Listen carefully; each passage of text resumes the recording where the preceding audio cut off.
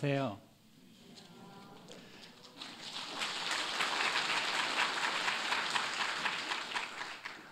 다른 나라에 이민 가 있는 이민자들도 예수 그리스도를 믿는 믿음 안에서 하나가 되어 여러분과 함께 성도의 교제를 갖게 된 것을 하나님께 감사드립니다. 말씀을 전하기 전에 먼저 여러분에게 감사를 꼭 전해드리고 싶습니다. 여러분의 담임 목사님이신 옥성성 목사님을 지난 9월에 미국에 보내주셔서 샬롯 지역에 있는 여러 교회들이 연합으로 3일 동안 부흥회를 받아서 평신도들이 굉장히 은혜 받았고요. 굉장히 살인적인 스케줄이었는데 바로 이어서 목회자들 재교육을 또 2박 3일 동안 목사님께서 해주셨습니다. 그래서 또 목회자들도 굉장히 많은 은혜를 받고 목회를 새롭게 하고자 하는 마음을 갖게 됐고요. 가장 큰 은혜를 받은 사람은 접니다. 그래서 우리 목사님께서 성경 공부 방법을 가르쳐 주셔서 제가 그동안 이걸 미리 알았으면 얼마나 좋았을까 하는 생각이 들었는데요. 그래서 늘 설교하던 설교가 하나 있습니다. 오늘 본문 말씀인데요. 예수님의 겸손에 대해서 제가 많은 설교를 했었는데 근데 목사님의 그 성경을 읽는 시각으로 질문을 다시 던지면서 새롭게 배운 게 있어서 여러분과 함께 이 아침에 나눠보려고 합니다. 오늘 본문 말씀은 교회 역사에서 굉장히 오래된 찬송가 중에 하나입니다. 이 말은 예배 시간에 교인들이 함께 모여서 이 찬송을 하나님께 드렸다는 것이죠. 그리스도 찬가라고 불리는 이 찬송가는 크게 두 부분으로 나눠져 있습니다. 첫 번째는 6절부터 8절까지 예수 그리스도께서 하신 일이고, 그리고 9절부터 11절까지는 하나님께서 하신 일을 기록하고 있습니다. 이 전반부와 후반부가 이어지는 접속사가 하나 있는데요. 한국어로는 이러므로 또는 그러므로라고 번역이 되어 있습니다. 인과관계를 나타내고 있습니다. 원인과 결과를 나타낼 때 사용하는 접속사입니다. 앞문장이 뒷문장의 이유나 원인 혹은 근거를 제시한다는 뜻입니다. 그러므로와 형태가 비슷한 접속사가 또 하나 있습니다. 그러므로 또는 그럼으로써, 의미는 그렇게 하는 것으로서라는 의미를 갖는데요. 이 접속사가 사용되면 앞에 것이 수단이고 뒤에 게 목적이 됩니다. 그러니까 원인 결과로 말하는 그러므로라고 생각해 보면 본문 말씀은 예수 그리스도께서 자기를 비우시고 자기를 낮추시고 자기를 다 주셔서 그 결과 하나님께서 그를 지극히 높이시고 모든 이름 위에 뛰어난 이름을 그에게 주시고 모든 이들이 그의 이름 앞에 무릎 꿇게 하신 것입니다.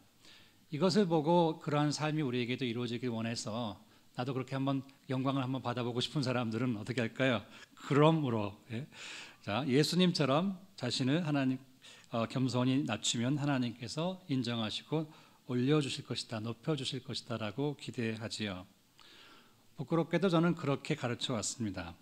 그래서 오늘 본문 말씀을 한 문장으로 요약한다면 야고보서 4장 10절 말씀으로 요약할 수 있다고 가르쳤습니다.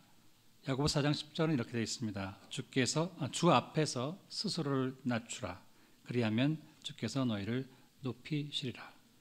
저는 20년 동안 그린빌 한인 장로교회에서 목회하면서 우리가 낮추면 하나님께서 높이시는 길을 인생의 빅토리, V자이죠. 빅토리 라인이라고 가르치고 예수님처럼 겸손한 삶을 살자고 권면했습니다. 유익이 많이 있었습니다. 그럼에도 불구하고 과연 오늘 본문 말씀을 이렇게 우리 인생의 빅토리 라인으로 설명하는 것이 옳은 것일지 지난 몇 주 동안 묵상해보고 그리고 새로운 결론이 나왔습니다. 그래서 여러분과 나눠보려고 합니다. 제 생각이 틀렸는지 확인해 보기 위해서 여러 성경 번역들을 찾아보았습니다. 영국의 성서학자인 N.T. 라이트라고 하는 분은 오늘 본문 말씀을 번역할 때 그러므로 영어로는 therefore라고 많이 번역되어 있는데 그렇게 하지 않고 and so라고 번역했습니다. 이것은 앞에 있는 문장과 뒤에 있는 문장을 순차적으로 벌어졌다고 인정해주고 그냥 이어주는 것입니다. 어찌 보면 앞에 일이 있었기 때문에 반드시 뒤에 일이 벌어져야 되는 것은 아닙니다. 우리는 보통 이것을 필연적이라고 하지요. 그러나 하나님께서는 우리 생각에 인과관계가 아무것도 없고 뜻하지 않게 일어난 일인 우연 가운데서 일하시기도 합니다. 우리가 믿는 하나님은 지성이면 감천이라고 하는 인생의 공식에 매여 있는 하나님이 아닙니다. 우리가 믿는 하나님은 우리가 아무 자격도 공로도 없이 거저 받게 되는 사랑의 선물인 은혜의 하나님입니다. 당시 사람들은 예수 그리스도 안에서 하나님께서 일하시는 것을 알아보지 못했습니다. 나아가 그들은 예수 그리스도께서 하나님이시라는 사실, 하나님의 아들이라는 사실을 알아보지 못했던 것은 말할 나위 없습니다. 과학자 알버트 아인슈타인은 나름대로 하나님을 믿었는데 그가 남긴 말 중에 이런 말이 있습니다. 우연은 하나님이 익명을 유지하는 기술이다. 우연은 익명으로 건네는 하나님의 손길이다. 우연은 하나님께서 우리 가운데 일하시는데 자신이 일하시는 것을 알아채지 못하도록 하시는 방법이다. 하나님은 자신을 드러내지 않으시고 우리가 알지 못하는 방법으로 우리 가운데서 일하십니다. 그 중에 대표적인 것이 바로 예수님의 겸손입니다. 바울은 우리 눈에 우연 같아 보이는 예수 그리스도의 삶에 담긴 마음과 태도와 자세를 우리가 배워야 한다고 믿고 다음과 같이 권면합니다. 오늘 본문 말씀 바로 앞에 2장 1절부터 4절에 이런 말씀이 있습니다. 그리스도 안에서 여러분은 같은 생각을 품고 같은 사랑을 가지고 뜻을 합하고 한 마음이 되어서 어떤 일을 하든지 다툼이나 허영으로 하지 말고 겸손한 마음으로 하고 서로 자기보다 남을 낮게 여기십시오. 자기 일만 돌보지 말고 서로 다른 사람들의 일도 돌보아 주십시오. 이 권면을 보다 분명하게 설득시키기 위해서 예배 시간에 불렀던 그리스도의 찬가를 빌립보 교회 성도들에게 기록했던 것입니다. 빌립보서 2장 1절부터 11절까지는 대부분의 성경이 그리스도의 겸손 또는 그리스도의 겸손한 마음이라는 제목을 붙여놓았습니다. 여기서 우리가 주목할 것은 바울이 쓰는 많은 편지 가운데 이 빌립보서에만 유일하게 감독들과 집사들이라고 하는 직분이 거론됐다는 사실입니다. 겸손은 마게도니아의 첩제가는 도시인 빌립보에 살면서 남보다 내가 높아지는 신분 상승을 지향하던 로마 시민들이 추구하던 공중도덕이 결코 아니었습니다. 겸손은 그들의 왕 로마 황제가 그들에게 몸소 본을 보여주려 했던 로마적인 삶의 태도가 절대 아니었습니다. 그런데 바울은 그와 상반되는 복음적인 삶의 태도, 곧 나보다 남을 낮게 여기고 남을 섬기시기 위해 자신을 비우시고 자신을 낮추시고 자신을 다 주신 그들의 진정한 왕 예수 그리스도의 겸손의 본을 보여주려고 이 찬송가를 같이 부르자고 했던 것입니다. 신약 성경 안에는 오늘 본문의 찬송인 그리스도 찬가와 함께 여러 찬송가들이 있습니다. 로마서에도 있고 골로새서에도 있고 디모데전서에도 있고 베드로전서에도 있고 히브리서에도 있고 요한계시록에도 있습니다. 그중 베드로전서 2장 22절부터 24절에 오늘 우리가 본 본문 말씀과 같은 그리스도의 찬가가 있습니다. 특별히 그리스도의 고난이 여기 많이 기록되어 있는데요. 근데 베드로전서를 기록한 사도는 예수 그리스도를 따르는 모든 사람들을 하인, 종이라고 부르면서 그들이 이 세상을 살아가며 억울하게 고난을 당하더라도 하나님을 생각하면서 괴로움을 참았다고 얘기합니다. 선을 행하다가 고난을 당하면서 참는 것이 그들의 일이었고 우리에게 믿음의 본을 남기신 우리의 진정한 목자이시고 감독이신 예수 그리스도의 고난을 기억하게 했습니다. 아까 감독들과 집사들에게 편지 썼다고 하지 않았습니까? 교회의 직분자들, 높은 자리에 올라가고 있는 사람들이 꼭 기억해야 될 인물이 있다. 바로 우리 주 예수 그리스도, 우리 진정한 목자이시자 감독이신 분이죠. 베드로전서 2장 22절, 24절 말씀을 여러분에게 읽어드립니다. 예수 그리스도, 그는 죄를 지은 일이 없고 그의 입에서는 아무런 거짓도 찾아볼 수 없었습니다. 그는 모욕을 당하셨으나 모욕으로 갚지 않으시고 고난을 당하셨으나 위협하지 않으시고 정의롭게 심판하시는 분에게 다 맡기셨습니다. 그는 우리 죄를 그의 몸에 몸소 지니시고 나무에 달리셨습니다. 그것은 우리가 죄에는 죽고 의에는 살게 하시려는 것입니다. 그가 매를 맞아 상함으로 우리 모두가 나음을 얻었습니다. 여기서 우리가 주목할 것은 바울이 빌립보서를 시작하는 첫 머리에 자신과 디모데가 편지를 보낸다고 하면서 자신들을 그리스도의 종들이라고 밝혔다는 사실입니다. 어느 신학자는 이걸 굉장히 중요하게 생각합니다. 그래서 그는 이런 말을 했습니다.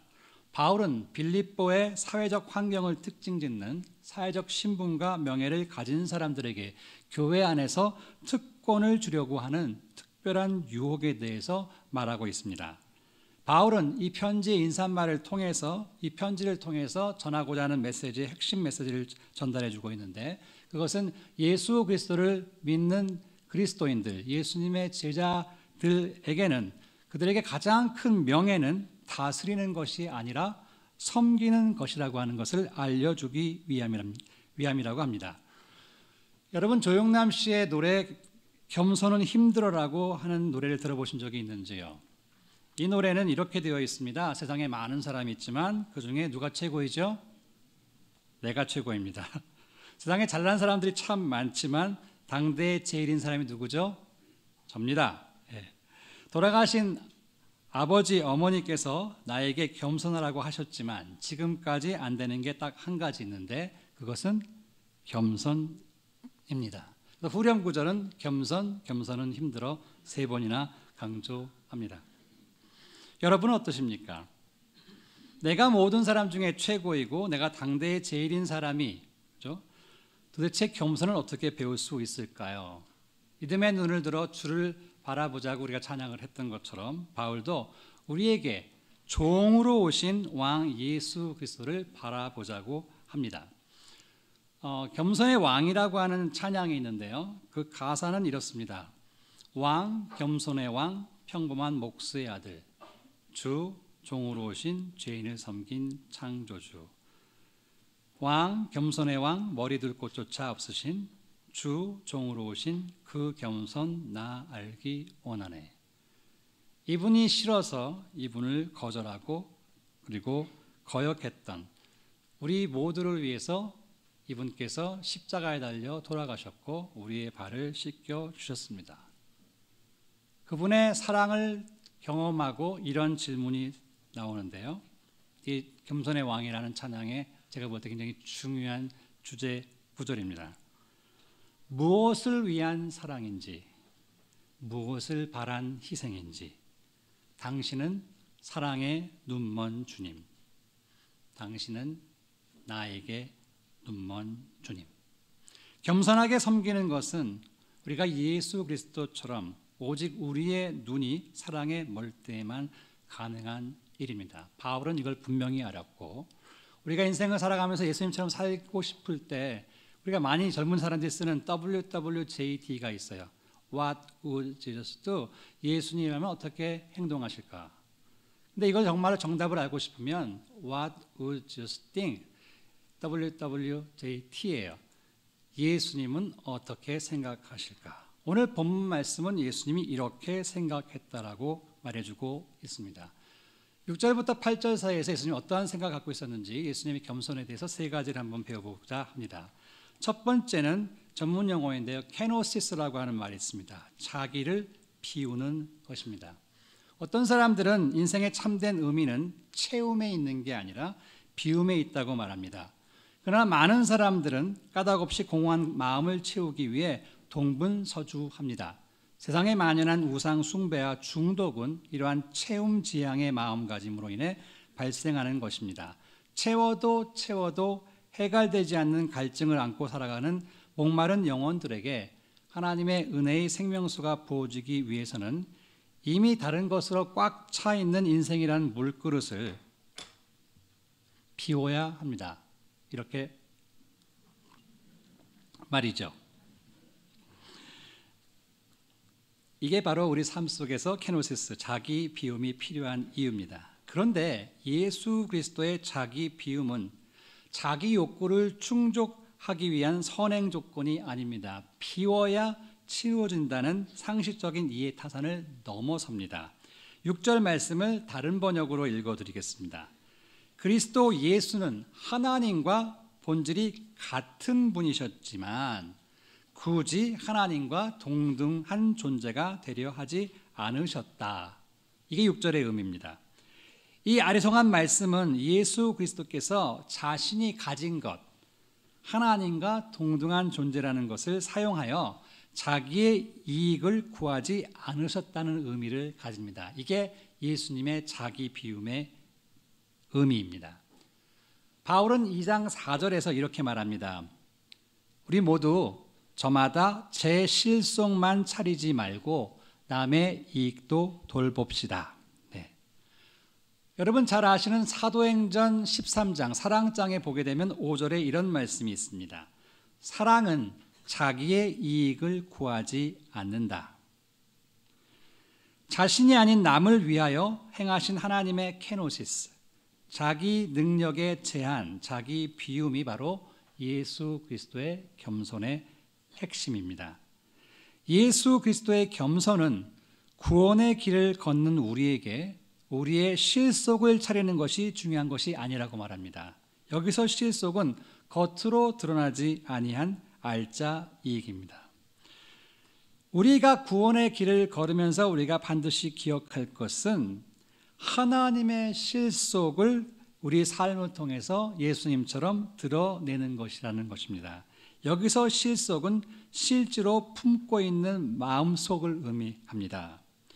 우리가 사람들이 보지 못하도록 숨겨놓은 우리 속에 있는 진짜 자기 이익 있죠? 이 실속을 냈고 비워내지 않으면 하나님이 하나님 깊은 마음속에 품고 계신 그 실속이 우리 삶을 통해서 드러나지 않습니다. Let God이 안 됩니다. 우리 삶을 통해서 하나님께서 일하시려고 한다면 우리 이기심을 비워야 하고 그리고 우리 삶 속에 하나님의 뜻이 이루어지기를 기도해야 합니다. 이것이 겟세마네 동산에서 예수님께서 기도하신 기도의 핵심입니다. 이것이 가장 겸손한 기도입니다. 나의 원대로 마시옵고 아버지의 원대로 하옵소서. 이 기도는 자기를 비우신 예수 그리스도의 겸손을 가장 잘 나타내고 있습니다. 여러분께서 집에 가셔서 유튜브를 통해서 여니엘이라고 하는 찬양 사역자의 비워주소서라는 찬양을 한번 들어보십시오. 이 찬양의 가사가 바로 지금 우리가 깊이 생각하고자 하는 자기 비움에 대한 의미가 담겨져 있습니다. 제가 몇 구절만 소개해 드리겠습니다. 비워주소서, 비워주소서, 당신이 머물 수 있게 나밖에 모르는 욕심이 많은 날 다 비워주소서. 채워주소서, 채워주소서. 알아도 알지 못했던 나를 위해 죽으신 당신의 그 사랑을 내 가슴에 다 채워주소서. 그러므로 우리는 자기 실속을 채우려는 나밖에 모르는 욕심을 버리시고 하나님의 실속을 드러내기 위해서 남을 위해 죽으신 예수 그리스도의 타인 사랑을 배워야 합니다. 예수님이 서로 사랑하라고 했을 때 바로 우리가 배워야 할 사랑이 바로 이 사랑이지요. 예수님의 겸손에서 우리가 배워야 할 두 번째 것이 있습니다. 자기 낮춤입니다. 여러분, 우리가 자기를 낮춘다고 할 때 이것은 자기를 비하한다는 것을 의미하지는 않습니다. 어느 신학자는 하나님이 자기를 낮추신 것은 하나님이 자기를 우리에게 주신 것이긴 하지만 그러나 하나님께서 자기를 버리신 것은 아니라고 말했습니다. 잘 생각해 보세요. 예수 그리스도께서 자기를 낮추셨다고 더 이상 하나님이 아니신 것이 아닙니다. 예수 그리스도께서는 하나님이시지만 자기를 비우시고 자기를 낮추시고 종이 되어 우리 가운데 섬기시고 고난당하시기까지 죽기까지 하나님의 뜻에 순종하셨습니다. 그 이유는 딱 하나죠. 모든 것을 다 내어주는 하나님의 희생적인 사랑 때문. 이것이 하나님의 본질이었기 때문에 그렇습니다. 자기를 낮추신 하나님은 자신의 본질과 어긋난 모습을 보여주려고 겸손한 척 하신 것이 아니라 본질적으로 사랑이시기 때문에 겸손하셨습니다. 작가 C.S. 루이스에 따르면 하나님의 겸손은 자기를 대수롭지 않게 하찮게 여기는 것이 아니라 자기를 덜 생각하는 것이랍니다. Humility is not thinking less of yourself, it is thinking yourself less. 여러분 스스로를 비겁하게 낮추라고 하나님께서 말씀하시는 것이 아니라 여러분 자기 생각하지 말고 자기를 덜 생각하고 다른 사람을 더 생각하라고 말씀하시는 것이 바로 하나님의 겸손, 하나님이 자신을 낮추신 것입니다. 존 칼뱅이라고 하는 장로교 신학자는 하나님이 자기를 낮추신 것은 하나님께서 우리에게 맞춰주신 것이라고 합니다. 성경이 주어졌고 성만찬이 이루어지는 이 모든 것도 하나님께서 우리 수준에 맞춰주신 것이고 바로 이것이 속칭 하나님의 눈높이 교육이었다고 합니다. 하나님께서 자기를 낮추시고 우리에게 맞춰주시지 않으셨다면 우리는 도무지 하나님을 알 수 없었을 것입니다. 우리의 배움, 우리의 깨달음은 오로지 하나님께서 겸손하게 자신을 낮추시고 우리에게 맞춰주심으로 인해 가능할 수 있습니다. 마찬가지로 다른 사람들이 구원의 길을 걸으며 하나님의 은혜를 경험하고 감사하는 생활을 할 수 있게 하려면 우리도 우리 자신을 낮추고 상대방에게 맞춰줘야 합니다. 다른 사람들이 우리가 보는 것을 볼 수 있게 하려면 우리가 먼저 그 사람들이 보는 것을 보아야 합니다. 이것이 바로 하나님께서 성육신하셔서 사람이 되셔서 우리를 위해서 행하신 하나님의 자기 낮춤이었습니다. 세 번째로 우리가 배워야 할 예수님의 겸손은 자기를 다 주는 것입니다. 바울은 이를 죽기까지 순종하는 것으로 표현했습니다. 8절 말씀입니다. 자기를 낮추시고 죽기까지 순종하셨으니 곧 십자가에 죽기까지 하셨습니다. 죽기까지는 생의 마지막이라고 볼 수 있지만 그러나 십자가에 죽으셨다고 표현됐기 때문에 겸손은 시간의 문제가 아니라 마음의 문제라는 것을 깨달을 수 있습니다. 예수 그리스도께서 우리에게 보여주신 겸손한 순종은 종처럼 자기를 완전히 낮추는 것일 뿐만 아니라 자기를 온전히 부인하는 것입니다. 순종은 자기를 부인하고 자기를 온전히 다 주지 않으면 할 수 있는 일이 아닙니다. 히브리서 5장 8절에 보면 예수님께서도 하나님의 아들이셨지만 고난을 겪으며 순종을 배우셨다고 했습니다. 하나님의 뜻을 구하며 날마다 자기를 내어주는 사람만이, 자기를 부인하는 사람만이 예수 그리스도의 제자입니다. 여러분 잘 아시는 누가복음 9장 23절 말씀입니다. 누구든지 내 뒤를 따라오려거든 자기를 부인하고 날마다 자기 십자가를 지고 나를 따라오너라. 십자가는 바로 이 자기 부인, 자기 죽음을 상징하는 것입니다. 예수님은 이것을 하나의 미랄의 죽음이라고 설명하십니다. 요한복음 12장 24절 잘 아시는 말씀이죠. 미랄 하나가 땅에 떨어져서 죽지 않으면 한 알 그대로 있고 죽으면 열매를 많이 맺는다. 여기서 미랄은 죽음을 강요당하지 않습니다. 미랄은 자발적으로 자신을 다 주고 죽습니다.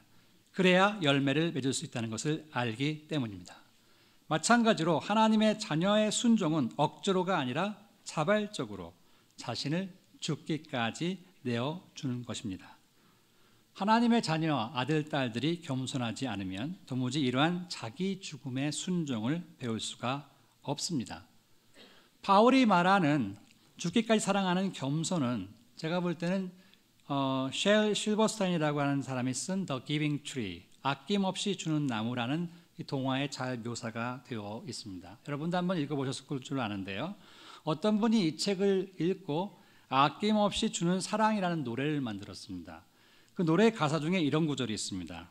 언제나 내게 두 팔 벌린 느티나무 같이 내게 큰 힘이 되어주는 당신.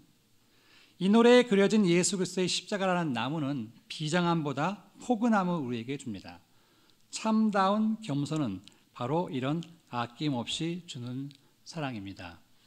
여러분을 섬기시는 옥성성 목사님은 잠시 동안 샬롯이라는 지역에 계셨다 가셨는데 저는 그분을 보며 아낌없이 주는 나무, 그 사랑을 제가 몸소 경험할 수 있었습니다. 여러분의 교회가 복된 것은 바로 그런 분과 함께 신앙생활을 하는 것입니다. 정리해 보면 예수 그리스도께서는 도움이 필요한 피조물에게 하나님의 은혜와 선하심을 부어주시기 위해 자신을 비우셨습니다. 그리고 하나님과 피조물, 하나님과 죄인 사이에 큰 간격을 메우시기 위해 자신을 낮추셨습니다. 그리고 다른 사람들의 유익을 위해 하나님의 뜻에 기꺼이 동의한다는 의미에서 죽기까지 순종하며 자기를 다 내어 주셨습니다.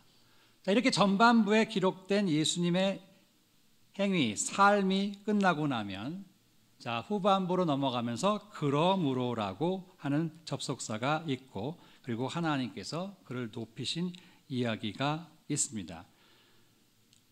지금까지 제가 말씀드렸던 것처럼 이렇게 하면 하나님께서 높여주실 거야, 이렇게 이해하지 않고 예수님께서 자기를 비우시고 자기를 낮추시고 자기를 다 내어주신 이유, 그 하나님의 사랑의 본질을 저희가 생각해 본다고 한다면, 예수님이 자기를 비우셨고 자기를 낮추셨고 자기를 다 내어줬기 때문에 하나님께서 상이나 보상을 주시겠다고 그를 높이신 것이 아니라는 것을 저희가 알 수 있습니다. 왜냐하면 예수 그리스도께서 우리에게 몸소 본을 보여주시고 자신을 따라 걸으라고 했던 이 구원의 길을 걷는 것은 우리의 사회적이고 영적인 신분 상승의 목적이 있는 것이 아니기 때문입니다.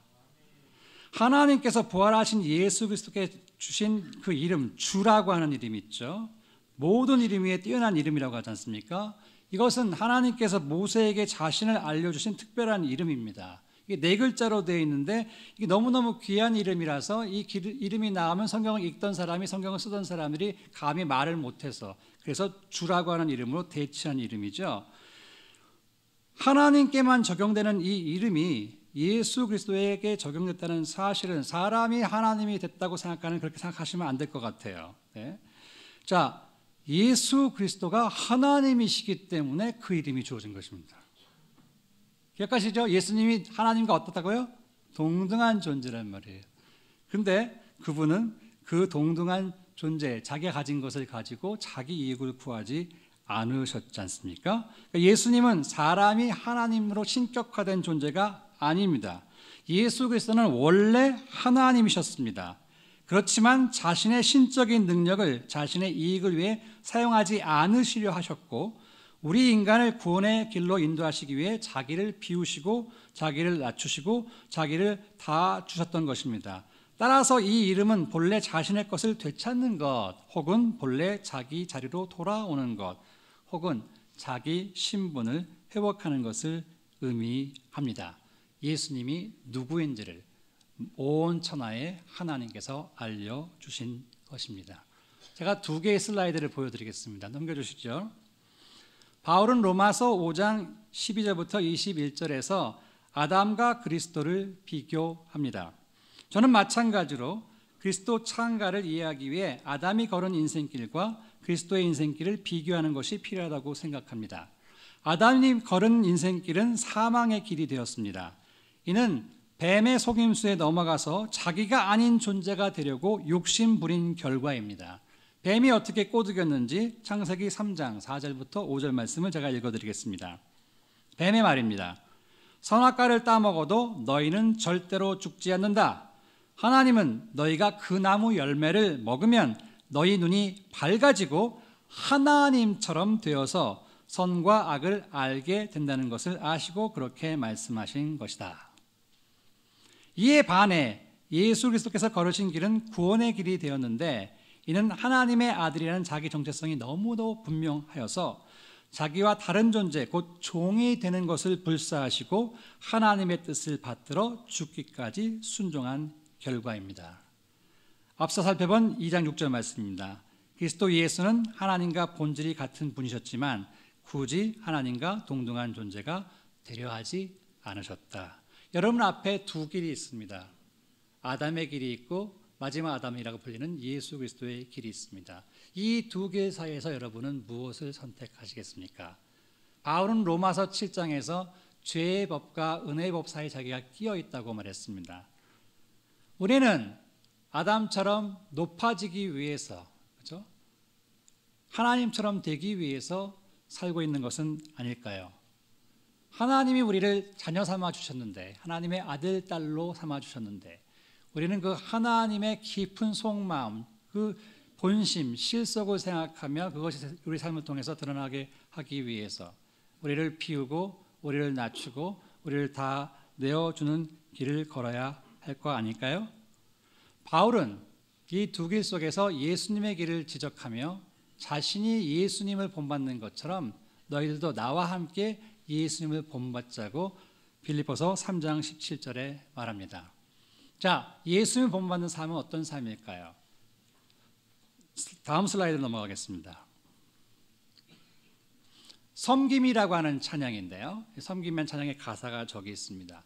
첫 부분 보시면 하늘 영광 다 버리고 자기를 비우셨죠. 낮은 이곳으로 내려오셨습니다. 자기를 낮추셨죠. 죽기까지 나를 사랑하셨죠. 자기를 다 내어주셨죠. 그 사랑이 얼마나 큰지, 그죠? 그 사랑에 감동받은 우리가 고백할 수 있는 신앙 고백, 이것이 섬김이라는 찬양의 가사입니다. 그런데 재미있는 건 섬기는 사람은 누구라 했죠? 종이지 않습니까? 그렇죠? 예수 그리스도께서는 종들이 자기 할 일을 다 했다고 보상이나 상을 받을 것을 기대하지 않는다고 제자들에게 가르쳐 주셨습니다.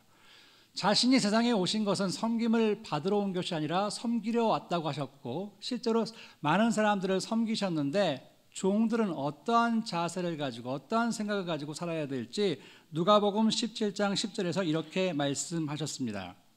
너희도 종들처럼 명령대로 모든 일을 다하고 나서는 저희는 보잘것없는 종입니다.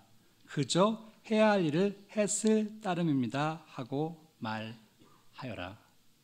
예수님이 세상에 오셔서 자기를 비우시고 자기를 낮추시고 자기를 다 내어주신 것은 하나님의 뜻을 이 세상에서 이루어드리기 위해 하나님의 종으로서 살아간 그 삶을 그대로 보여주신 것이고, 예수님은 모든 일이 다 끝나고 난 다음에 저는 보잘것없는 하나님의 종입니다. 그저 해야 할 일을 마땅히 했을 따름입니다. 이렇게 말씀하신 것입니다. 이것을 하나님께서 보셨고, 그리고 우리 모두도 그 길을 걸어가라고 예수님을 높이시고 모든 이름 위에 뛰어난 이름을 주시고 모든 이들이 그 이름에 무릎 꿇게 하신 것입니다. 여러분은 앞에 두 예배에서 참여하신 분보다 더 들을 게 있나 봐요. 그래서 지금 제가 앞부분 두 예배 때 못한 걸 말씀을 드리려고 합니다. 오늘 본문 말씀이 끝나고 나면, 이 11절에서 끝나고 나면 12절에 이런 말씀이 있습니다. 더욱 순종하여 두렵고 떨리는 마음으로 여러분 자신의 구원을 위해서 힘쓰십시오. 이렇게 번역이 되어 있는데요. 어떤 번역은 자기의 구원을 이루어 나가십시오라고 이렇게 번역됩니다. 이거 굉장히 이해하기 어려운 본문이에요. 구원이 마치 우리가 하는 일과 관계되는 것으로 오해할 수 있습니다. 오직 믿음으로 구원받는다고 가르치는 바울이 이런 말을 하는 이유가 무엇일까요? 이거 영어로 보면, 제가 미국에 살면서 영어로 설교를 해야 되기 때문에 때때로 좋은 이유가 있는데요. 영어는 이렇게 표현합니다. 구원을 위해서 work for 일하라고 번역하지 않고 여기를 어떻게 번역하냐면 구원을 살아내라, work out이라고 번역합니다. 예수 그리스도의 겸손의 빛에서 이 말씀을 해석해 보면 아마도 구원받은 자답게 예수 그리스도의 복음에 합당하게 겸손히 더욱 순종하며 살아가라는 의미일 것입니다. 저는 예수 그리스도의 구원이 우리 각자의 삶 속에서 일하게 하라고 해석합니다. 여러분의 삶 속에서 예수 그리스도의 구원이 일하고 있나요? 여러분은 그 복음을 그대로 여러분 삶 속에서 살아내고 계시나요? 여러분은 자신을 비우시고 자신을 낮추시고 그리고 자신을 다 내어주신 예수님의 참다운 제자로서 살아가고 계시나요? 저는 오늘 본문에 기록된 그리스도의 창가를 우리 안에서 자신을 드러내지 아니하고 익명으로 일하시는 하나님에 대한 우리의 신앙 고백을 담은 것이라고 이해합니다. 그래서 빌립보서 2장 13절과 제가 1장 6절을 그대로 이어서, 순서는 1장 6절이 먼저지만 빌립보서 2장 13절과 1장 6절을 여러분의 삶에 그 하나님이 주신 약속의 말씀으로 드리고자 합니다. 한번 들어보십시오. 예수 그리스도 안에서 자기를 비우시고 자기를 낮추시며 자기를 아낌없이 내어주신 사랑의 하나님께서는 여러분 안에서 활동하셔서 여러분으로 하여금 하나님을 기쁘시게 할 것을 염원하고 실천하게 하시는 분이십니다. 여러분 가운데서 선한 일을 시작하신 분이 그리스도 예수의 날까지 그 일을 완성하실 것입니다. 나는 이것을 확신합니다. 아멘. Let it be. 이 말씀이 우리 모두의 삶에 이루어지기를 간절히 축원합니다. 기도하겠습니다.